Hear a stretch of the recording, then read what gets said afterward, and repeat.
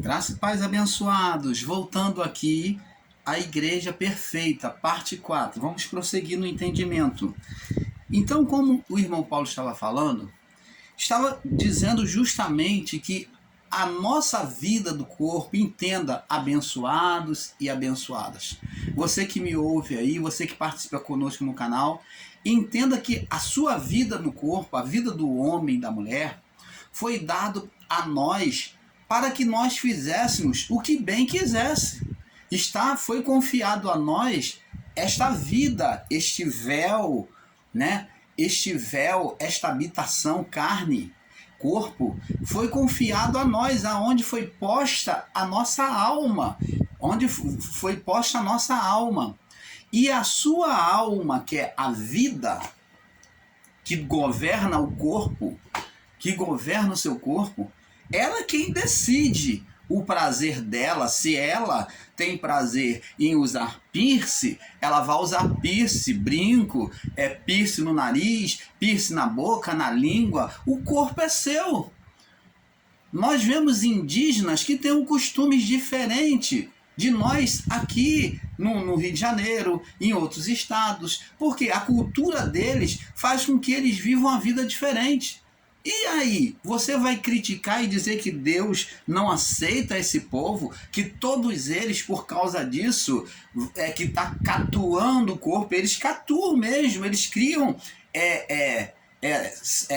celoides, né, que são aqueles caroços no corpo, feridas, eles catuam o seu corpo, fazem ferimento no seu corpo, porque é costume deles. Eles botam argola no beiço, as mulheres botam argola no pescoço. E aí? Você vai dizer que todos esses indígenas vão ser rejeitados por Deus?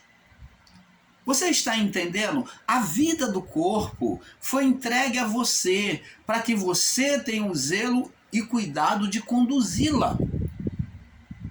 Jesus falou assim, vamos agora lá no livro de Mateus, para nós entendermos e abrindo o nosso entendimento. Mateus capítulo 5, tem muitas revelações para nós podermos trazer entendimento a você. Nós já estamos perto de acabar a série, né? Vamos ter mais algumas partes. Jesus falou assim, olha, presta atenção.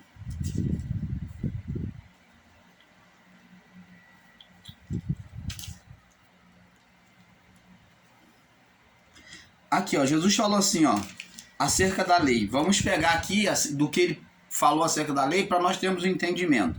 Acerca da vida do corpo. Olha só, diz aqui, ó. Ouviste o que foi dito, Mateus 5, verso 27. Ouviste o que foi dito aos antigos, não cometerás adultério. Eu, porém, vos digo, qualquer que atentar para uma mulher, para cobiçar, já no seu coração cometeu adultério com ela. Portanto, se teu olho direito te escandalizar, arranca-o e atira para longe de ti, porque é melhor que se perca um dos teus membros do teu corpo e do que seja todo o teu corpo lançado no inferno. Você está vendo aqui que o valor principal para Deus, para o Criador, Jesus, ele mostra que o valor está onde? No corpo? Nos membros do corpo? Não. Ele diz que o valor, ele mostra que a alma é que é mais importante do que o corpo. E como é que pode ter pessoas preconceituosas porque a outra é do sexo tal e ela quer casar com outra mulher, se o homem é do sexo tal e quer casar com outro homem, se a pessoa usa argola, se usa piercing, se usa tatuagem, tem preconceito? Ora, abençoado, a vida do corpo, quem cuida é nós, foi endereçado a nós esse privilégio de conduzir. Então, a condução que você vai dar ao seu corpo, você pode gerar bem-aventurança ou pode gerar tristeza, condenação aqui nesta vida. Então, a forma que nós conduzimos o nosso corpo é que vai determinar. Se você conduz o seu corpo de uma forma perfeita, sadia, você vai ter um corpo sadio. Paulo, até o apóstolo Paulo, vamos ler também o verso 30 para me falar sobre a palavra do apóstolo Paulo. Ele diz aqui, ó, continuando a palavra de Jesus, ele disse no verso 30, li o 29, agora o 30. Se a tua mão direita te escandalizar, ó, despreza ela, corta ela e atira para longe de ti. Olha só a importância da vida do corpo para o Criador. Olha a importância da vida do corpo para o Criador. Não tem importância, porque só serve para esta vida. Ele diz, se a tua mão esquerda ou direita te escandalizar, corta e atira para longe de ti, porque é melhor você que perca um dos teus membros, ó, da parte do seu corpo, que seja todo o teu corpo lançado no inferno. Que corpo é esse que Jesus está falando? Ele agora está falando de um corpo espiritual. Ele está falando não de um corpo físico. Então ele está falando de uma abnegação àquilo que é mal, que vem te prejudicar na sua condução a Deus. Um ato nesta vida que venha que você faça na vida do corpo, que venha te prejudicar na condução a Deus, ao Pai. Então ele diz, ó, se isso está te prejudicando, te impedindo de chegar até o Pai, então, ó, corta, deixa, se abnega disso, se abnega, seja contrário, lute contra isso, porque é melhor você lutar, você sofrer essa abnegação, do que todo o teu corpo ser lançado no inferno. Que corpo que ele está falando? Agora corpo espiritual, ele está falando da alma, da vida da alma. Você está vendo? Então, existem traduções no livro, em outros livros, que Jesus diz bem claro que é a alma, do que a sua alma ser lançado no inferno. Então, aonde está escrito corpo, é dito alma. Então, abençoado, a alma, a nossa alma é que é mais importante para Deus. Vamos ler aqui, para entendermos que a importância é a alma, vamos ler aqui, no livro de Lucas, agora, Lucas, vamos falar do que Paulo falou acerca do corpo. Eu falei que ia falar antes de passarmos para o livro de Lucas. O apóstolo Paulo falou que o exercício para o corpo é saudável. Ele reconheceu isso, que o exercício para o corpo era saudável, que trazia músculo e fortalecer a estrutura do corpo. Mas ele vem orientar aos da fé que põe como prioridade não o exercício corporal, porque ele diz que o exercício corporal para nada aproveita. Não aproveita para quê? Para o espiritual. Não tem proveito para o espiritual, mas para o corpo, sim. Por isso que muitos vão na academia, pegar massa, fazer exercício, para pegar um músculozinho. Então o exercício corporal só serve para o corpo, para a vida corporal. Por isso Paulo disse, porque o exercício para o corpo corporal, para nada aproveita. Nada em quê? Espiritual.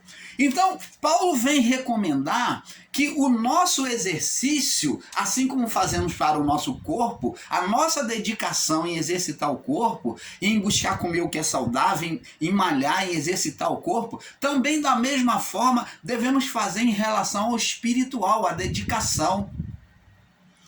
O provar a nossa fé, você exercitar a sua fé, exercitar o seu conhecimento na palavra, a obediência à palavra do Pai. Então é esse exercício que Deus espera que venhamos fazer. Por isso que Jesus disse, sem mim nada podeis fazer. Ele diz aqui, olha, ele diz assim, ó, Jesus vem dizer para nós, ele diz assim, ó, buscai em primeiro lugar o reino de Deus e a sua justiça, e todas as coisas vos serão acrescentadas. Então, o exercício que nós temos que fazer o exercício, a busca, tem que ser o reino de Deus, a vontade de Deus, e não, primeiramente, satisfazer os desejos da nossa carne. Então, agora vamos para o livro de Lucas. Vamos ver que é a alma, né? Que é o exercício com a alma que tem que ser feita. Vamos ver Lucas capítulo 12.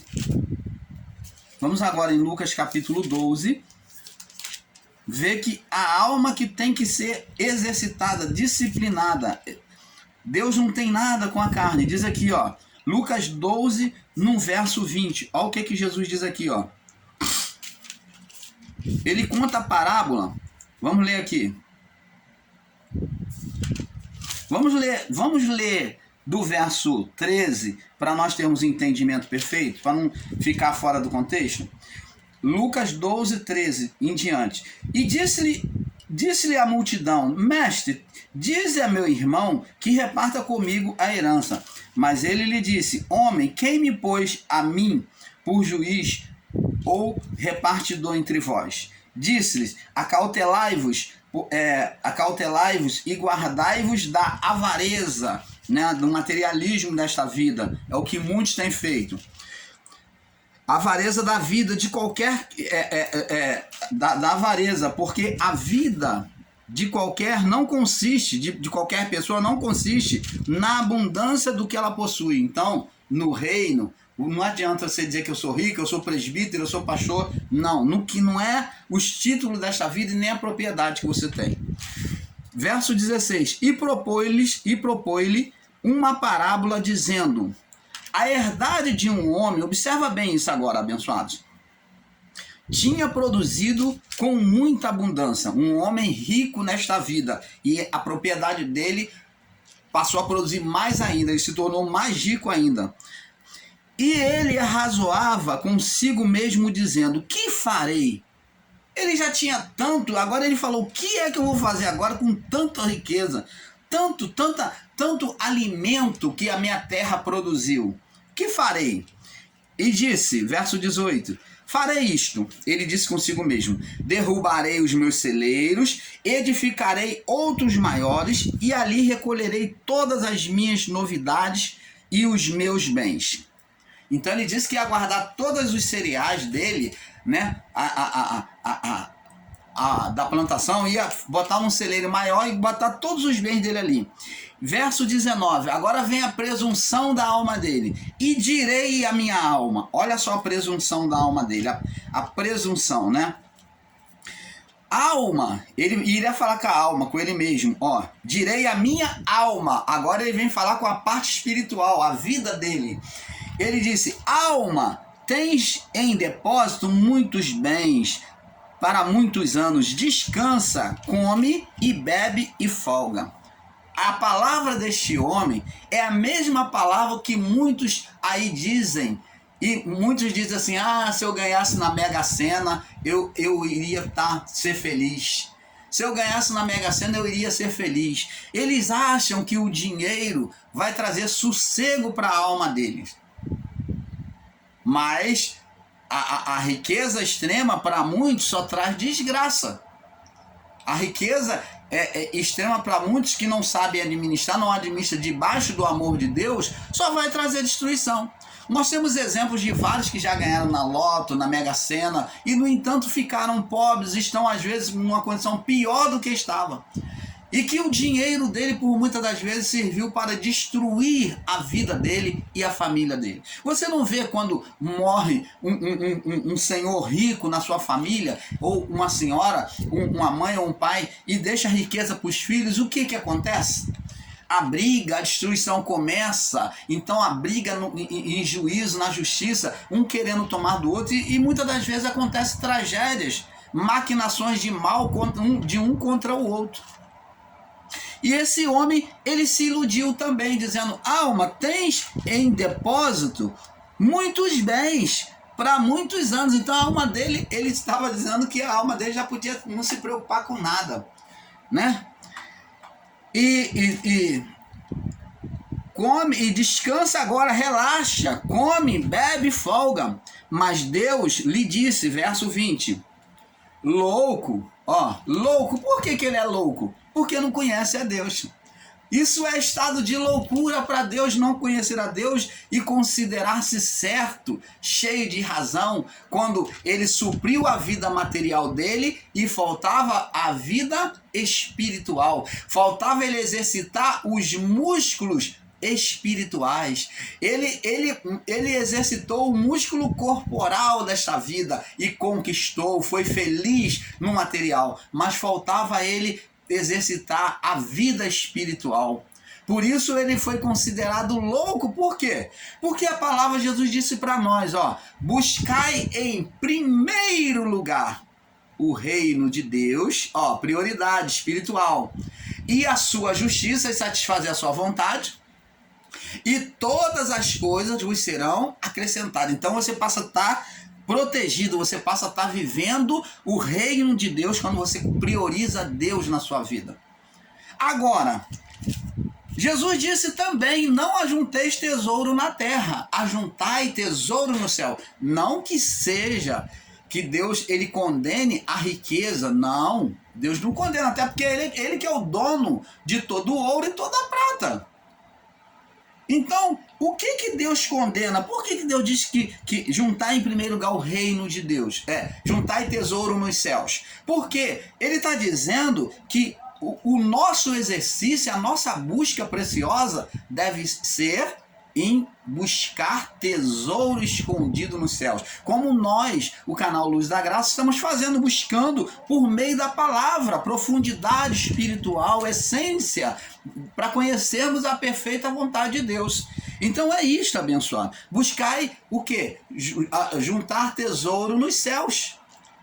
Não ajunta, não acumula tesouro na terra, não seja isso a nossa prioridade. Deus não é contra a riqueza, a sua felicidade de você ter muito dinheiro, não. Se você administra debaixo do amor de Deus, você vai ser feliz, como Jó estava sendo feliz. Como Davi foi feliz, como Salomão, que nem pediu riqueza, pediu apenas o quê? O espiritual, sabedoria divina para fazer justiça. Ele pediu ferramenta espiritual a Deus. Senhor, eu quero sabedoria divina, eu quero o poder de Deus sobre o meu reinado. É isso que ele pediu. E Deus foi lá e acrescentou não só a sabedoria, mas a sabedoria que Deus acrescentou por meio dela tornou Salomão rico, um dos homens mais ricos da terra, o homem mais rico da terra, da sua época. Então, abençoados, é isso que temos que entender. A alma é que é mais preciosa para Deus. Vamos em João, capítulo... Conferir também em João, capítulo 6. João 6. No verso 63. João 6. No verso 63. Diz assim... Olha o que Jesus disse, ó. João 6:63 diz assim: o Espírito é o que vivifica. O Espírito quem? Com letra maiúscula. Observa aí que esse Espírito aqui não está falando do Espírito de Deus, não. Jesus está falando o Espírito humano. Então ele está falando em outras palavras. Vou traduzir para você. Ele está falando, ó, o que é importante, o que vai ser vivificado, o que é vivificado para Deus é o espírito, ou em outras palavras, a alma quando sai do corpo. Então é o espírito humano é que Deus vem vivificar, por isso está com letra maiúscula. Agora nós vamos ver o contexto da palavra que mostra que realmente ele está falando do espírito humano. Ele está falando, ó, é o espírito humano que é vivificado. A carne para nada aproveita, o corpo físico para nada aproveita. Então, qual é a importância do corpo humano? Somente para esta vida. E quem é que governa o corpo, a vida humana? O homem. E ele faz o que bem quer com seu corpo. Ele pode dar o nome que quiser, pode se transformar no corpo que quiser, como o nosso falecido, conhecido cantor aí, Michael Jackson, que era escurinho e clareou a pele. Por quê? Porque foi vontade dele, ele teve problema na pele e ele começou a fazer tratamento e ele, por opção, como sofreu muito na sua infância, sendo negro, sofreu preconceito, então ele desejou clarear a sua pele. E se tornou bem mais claro. Então, abençoado, a vida do corpo é sua. E você faz o que bem quer. E você não pode criticar aquelas pessoas pela forma que elas usam a vida do corpo, porque é dela. Essa liberdade foi o Criador que deu a Adão, ao primeiro Adão. e tem passado a nós essa liberdade de escolha. O Espírito é o que vivifica, a carne para nada se aproveita, até porque vai virar pó, como está destinado lá, né, em Gênesis 3:19, o corpo vai do pó vieste ao pó tornarás, né? As palavras que vos digo, Jesus está falando agora, ó, as palavras que eu vos digo são espírito com letra minúscula. Ele está falando de uma forma humana, mas alimentando o quê? O espírito daqueles que ouvia. Então ele estava falando do fundo pela alma dele, ele estava falando pela vida espiritual dele, ele estava falando aquele povo. Por isso que ele diz, as palavras que vos digo são espírito com letra minúscula e vida, e ela produz vida. Você está vendo? É isso que temos que entender, abençoados. Agora vamos entender no livro de Tiago, aos que vivem o preconceito. Nós não devemos ter preconceito, né? Vamos lá no livro de Tiago, aos que ficam trazendo um preconceito. Vamos ver aqui. Tiago diz aqui para nós. Deixa eu achar aqui. Tiago, capítulo 2. Tiago 2. Vamos ler aqui, Tiago 2.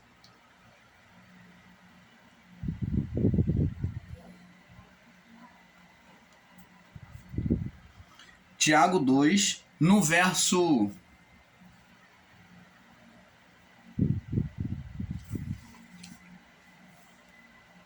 14 e 21.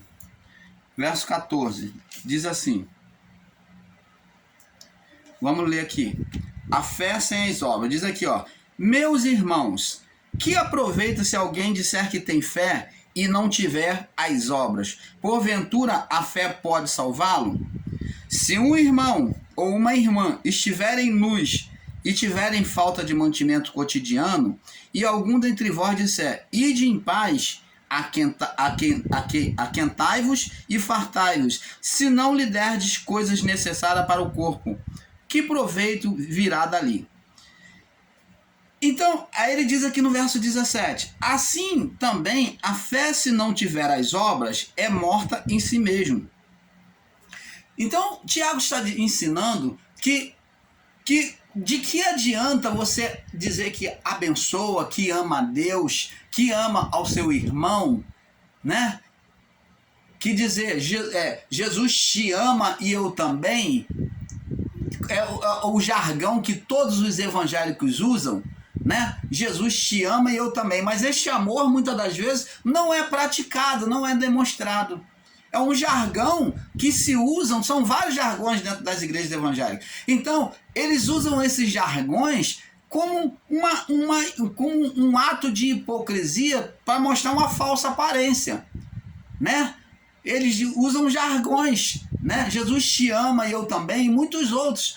Então, se diz que ama, esse amor de Tiago que tem que ser praticado. Não adianta você falar, ó, Deus te abençoe. É um jargão também que usam aí, mas não vem do coração, não tem atitude para abençoar. Quando há necessidade no próximo, ele está vendo, mas ele fala, ó, Deus te abençoe.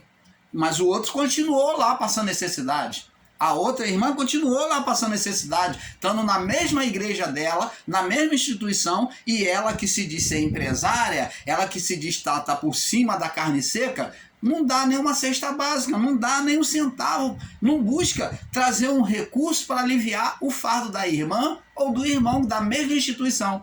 E muito menos fazem para os que estão aqui fora, que estão mendigando, passando necessidade. Então, essa fé é considerada para Deus uma fé hipócrita, uma fé mentirosa, uma fé demonstrada apenas como um ato artístico, uma fé de mentira, um ato de palco, de teatro. Essa fé é demonstrada como um ato de teatro para Deus, para os outros ver. Porque, na verdade, Deus conhece o coração e ele vai julgar segundo as nossas obras. a fé sem a obra é morta. Se você diz que ama o seu irmão, este amor deveria ser demonstrado. Você está entendendo, abençoados? Então ele diz, ó, e se algum de vós disser, ide em paz, aquentai-vos, fartai-vos, e não lhe derdes as coisas necessárias para o corpo, com que proveito virá dali? Assim a fé, se não tiver as obras, em si mesma é morta. Mas alguém dirá, mas dirá alguém, tu tens a fé e eu tenho as obras. Mostra-me a tua fé sem as obras e eu te mostrarei a minha fé pelas minhas obras. Então, a fé, ela não tem que ser uma fé prodígio ensinada dentro das igrejas, mas não praticada, porque aí nas instituições evangélicas e religiosas estão ensinando uma fé religiosa humana e não uma fé religiosa divina, porque a fé religiosa divina é o amor a Deus e amor ao próximo. Então, a fé religiosa divina, ela é praticada dentro do amor ao próximo. Então, tu tens a fé e eu tenho as obras. Então, qual é o que está praticando a fé? O que diz que tem fé, que vai na igreja, que jejua, que segue os preceitos, ritual, se batizou, participa da Santa Ceia, ou aquele que mostra a caridade, que mostra o amor, que está praticando a fé? O que está praticando. Porque o que está praticando está colocando a fé em exercício. Ele está mostrando a fé. Então, tu tens a fé e eu tenho as obras. Mostra-me a tua fé sem as obras, que é a hipocrisia, e eu te mostrarei a minha fé junto com as minhas obras, pelas minhas obras. Então, as obras demonstram a fé, mas a fé não demonstra as obras. Você está vendo? Uma é falsa. A fé religiosa humana é falsa, mas a obra demonstra a fé. Ela é uma fé divina. Ela é uma fé que demonstra o amor divino, uma religião divina. A palavra diz aqui no verso 19: crês tu que há um só Deus? Fazes bem. Também os demônios creem e estremecem.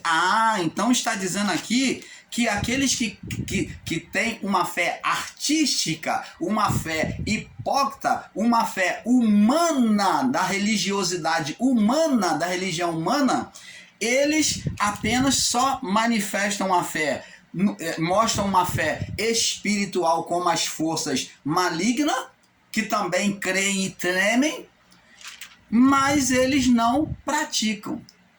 Agora então, quer dizer que por isso que Jesus disse, porque muitos dirão naquele dia, Senhor, em teu nome não curamos, não fizemos sinais e maravilhas, não expulsamos demônios em teu nome, até os demônios nos sujeitaram em teu nome? E Jesus disse, e eu lhe direi abertamente, apartai de mim, porque eu nunca vos conheci. Porque apesar de exercer a fé, de fazer umas obras espirituais humanas, né, de exercer a religião humana, mas eles não praticaram a fé. Não praticaram a fé, o amor ao próximo. Porque o amor a Deus, Jesus só iria conhecer aquele que pratica o amor ao próximo. Os 2 mandamentos. Amar o Senhor teu Deus acima de todas as coisas e com todo o seu entendimento, e amar ao próximo como a ti mesmo. Esses 2 cumprem todo o mandamento mosaico. Você está entendendo, abençoado? Por isso que esses que fizeram sinais e maravilhas Jesus falou que eles estavam separados dele, não tinha nada com ele, porque não amava o próximo. Esses são os que não amaram o próximo. São pessoas cheias de empáfia, soberba, orgulhosa em si mesmo, no seu próprio saber. Você está entendendo, abençoado? Lembra dos discípulos quando foram expulsar demônios e Jesus concedeu poder a eles e eles estavam expulsando muito bem, até que no regresso deles para onde Jesus estava, depois que eles fizeram aquela obra, no meio do caminho eles se envaideceram e começaram a disputar entre si quem seria maior no reino dos céus. Um devia estar falando com o outro assim, eu expulsei isso, eu expulsei uma situação lá de demônio brabo. E o outro falou, não, eu curei o cego, não, eu fiz o paralítico andar, eu fiz um sinal maior do que o seu, Pedro, eu fiz um sinal maior do que o seu, Lucas. Eu fiz um sinal maior do que o seu, João.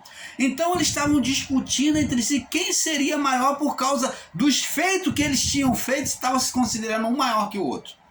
Até que mais à frente, eles se deparam com um senhor que tinha um filho que estava com um filho endemoniado. E eles foram tentar expulsar aquele demônio e o demônio não saiu de jeito nenhum. Então Jesus, na simplicidade, manda trazer o pai daquele jovem, fala com Jesus, Jesus manda trazer o menino e Jesus vai lá e expulsa aquele demônio. E eles falam, Senhor, depois eles que expulsa, passado um tempo, quando eles estão a caminho, eles no meio do caminho perguntam, Senhor, por que nós não podemos expulsar aquele demônio? A resposta está aí. Porque se envaideceram. E a palavra de Deus diz que reino dividido não subsiste. Uma casa dividida não ficará de pé. E por isso que eles romperam essa relação. Ele falou, agora essa casta não se expulsa por vocês, senão com oração e jejum. O que Jesus estava dizendo? Vocês têm que voltar e se consagrar, porque vocês se separaram, vocês romperam a comunhão. Vocês se uniram a Satanás. Criaram espírito de divisão. Vocês se uniram a Satanás. Como é que vocês podiam expulsar ele? Vocês estão entendendo, abençoados? Canal Luzes da Graça, buscando trazer com toda alegria o perfeito entendimento a você. Então, abençoados, nós vamos ver também em Mateus capítulo 22. Vamos lá, 22. Mateus capítulo 22, para nós fecharmos essa série. Vamos fechar logo essa série, né? Mateus capítulo 22, no verso... Deixa eu ver se dá para mim fechar essa série logo. Nós vamos fechar na outra parte, tá? Na outra parte, na próxima parte. Mateus capítulo 22, no verso 23. 22, no verso 23, diz assim. No mesmo dia chegaram junto a ele os saduceus que dizem não haver ressurreição e o interrogaram dizendo, Mestre, Moisés disse, se alguém morrer não tendo filhos, casará seu irmão com a sua mulher, com a mulher dele. Isso suscitará descendente a seu irmão.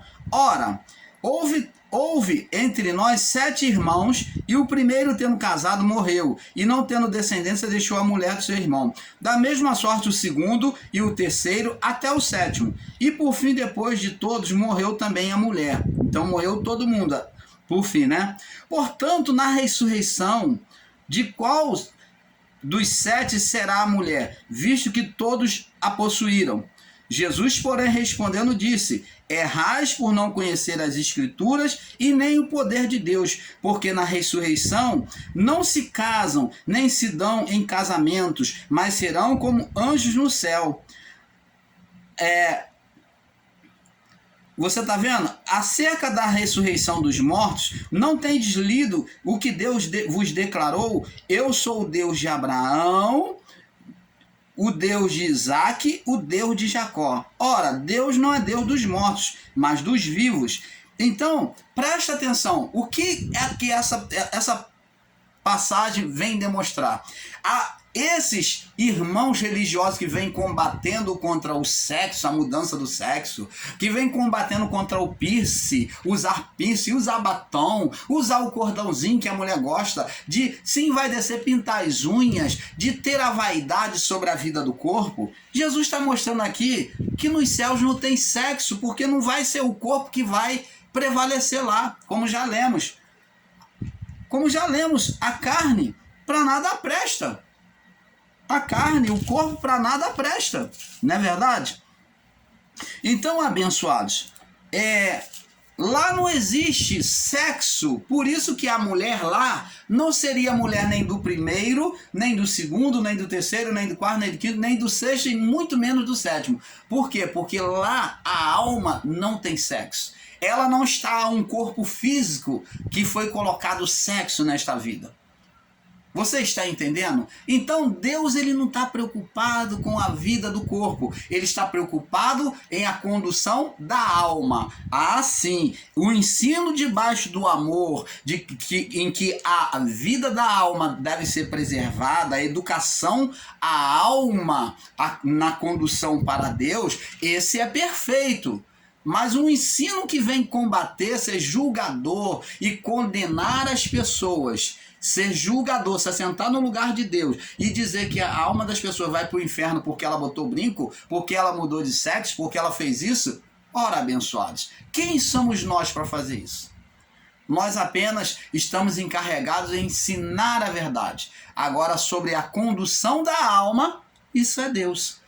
Devemos educar e ensinar as pessoas a se conduzirem diante de Deus? Sim, mas em amor e não em acusação e não em um espírito condenador, como dono e propriedade da vida das pessoas, como ditador para as pessoas. É isso que o sistema religioso evangélico tem feito. Tem sido ditador, dono da sua vida, da vida da sua irmã, do seu irmão. É isso, meu irmão, minha irmã. E você não pode permitir isso. A sua alma pertence a Deus.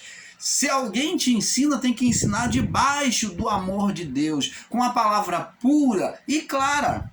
E não te sentenciando e não te condenando se você botar óculos, se você passa batom, se você bota piercing, se você bota cordão. Se você bota uma roupa mais curta, é claro que existe a decência. Cabe o irmão com educação, se isso ofende ao lugar de culto, chegar com educação e pedir a pessoa para botar uma roupa um pouco mais decente, dentro de um lugar reservado, conversar com a pessoa. Mas não condenar, não dizer que é a pomba que gira, que é a pomba que roda, não querer condenar o outro porque bebe, dizer que é o Zé Pilantra, o Zé Pilintra, o preto velho, o preto novo, nada disso. Então, o homem de Deus, o que se diz ser pastor, ele tem que conduzir o espiritual e não querer conduzir a vida física das pessoas. Todo pastor, todo líder religioso tem que ter isso em seu entendimento. Eles estão ali para conduzir o espiritual, que é a alma, e não conduzir a vida do corpo, se meter na vida do corpo. Existem instituições aí que querem até comandar a vida das pessoas de uma forma que elas querem, elas é que comandam, dizer se a pessoa pode ou não pode casar com fulano. Se o fulano serve ou não serve, se a fulana serve ou não serve para o irmão da igreja, ou se o fulano serve ou não serve para a irmã da igreja. Oh, abençoados!